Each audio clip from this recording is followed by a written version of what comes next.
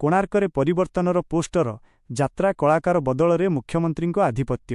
କୋଣାର୍କ ପୁରୀ ପ୍ରତିବର୍ଷ ଡିସେମ୍ବର ମାସରେ ଆୟୋଜିତ ହେଉଥିବା ଆନ୍ତର୍ଜାତୀୟ କୋଣାର୍କ ଉତ୍ସବ ଏବଂ ବାଲୁକା କଳା ଉତ୍ସବ ଚଳିତ ବର୍ଷ ଏକ ଅଭିନବ ରାଜନୈତିକ ଦୃଶ୍ୟ ପାଇଁ ଆଲୋଚନାର ବିଷୟ ପାଲଟିଛି। ପୂର୍ବରୁ ଏହି ଉତ୍ସବର ପାର୍ଶ୍ୱବର୍ତ୍ତୀ ଅଞ୍ଚଳରେ ଯାତ୍ରା ପଡ଼ିଆରେ ନାଟକ ପ୍ରଦର୍ଶନ କରୁଥିବା ଲୋକପ୍ରିୟ ଯାତ୍ରା ହିରୋଙ୍କ ବିରାଟ ପୋଷ୍ଟର ଲାଗୁଥିବା ବେଳେ ଏଥର ତାହାର ସ୍ଥାନ ନେଇଛି ଓଡ଼ିଶାର ନବଗଠିତ ବିଜେପି ସରକାରର ମୁଖ୍ୟମନ୍ତ୍ରୀ ଏବଂ ଉପମୁଖ୍ୟମନ୍ତ୍ରୀଙ୍କ ବିଶାଳ ମୀନାବଜାରରୁ ଚନ୍ଦ୍ରଭାଗା ରାଜନୀତିକରଣ ଅଭିଯୋଗ। ସ୍ଥାନୀୟ ସୂତ୍ରରୁ ମିଳିଥିବା ଖବର ଅନୁଯାୟୀ କୋଣାର୍କର ମୀନାବଜାର ଯାତ୍ରା ପଡ଼ିଆଠାରୁ ଆରମ୍ଭ କରି ଚନ୍ଦ୍ରଭାଗା ସମୁଦ୍ର କୂଳ ପର୍ଯ୍ୟନ୍ତ ରାସ୍ତାର ଦୁଇ ପାର୍ଶ୍ୱରେ ମାନ୍ୟବର ମୁଖ୍ୟମନ୍ତ୍ରୀ ଶ୍ରୀ ମୋହନ ଚରଣ ମାଝୀ ଏବଂ ଉପମୁଖ୍ୟମନ୍ତ୍ରୀ ଶ୍ରୀମତୀ ପ୍ରଭାତୀ ପରିଡ଼ାଙ୍କ ସାଂସ୍କୃତିକ ଉତ୍ସବ ନିକଟରେ ଯାତ୍ରା କଳାକାରମାନଙ୍କ ସ୍ଥାନରେ ରାଜନୈତିକ ନେତାଙ୍କ ଲାଗିବାକୁ ନେଇ ବିଭିନ୍ନ ମହଲରେ ତୀବ୍ର ପ୍ରତିକ୍ରିୟା ସୃଷ୍ଟି ହୋଇଛି।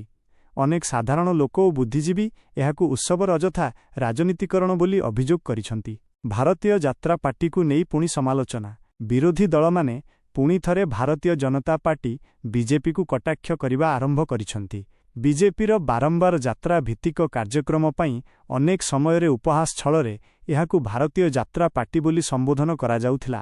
ବିରୋଧୀଙ୍କ ମତରେ କୋଣାର୍କ ଉତ୍ସବ ନିକଟରେ ଯାତ୍ରା ପଡ଼ିଆ ପର୍ଯ୍ୟନ୍ତ ମୁଖ୍ୟମନ୍ତ୍ରୀଙ୍କ ଲାଗିବା ଘଟଣା ସେହି ପୁରୁଣା ସମାଲୋଚନାକୁ ପୁଣି ଥରେ ଉଜ୍ଜୀବିତ କରିଛି।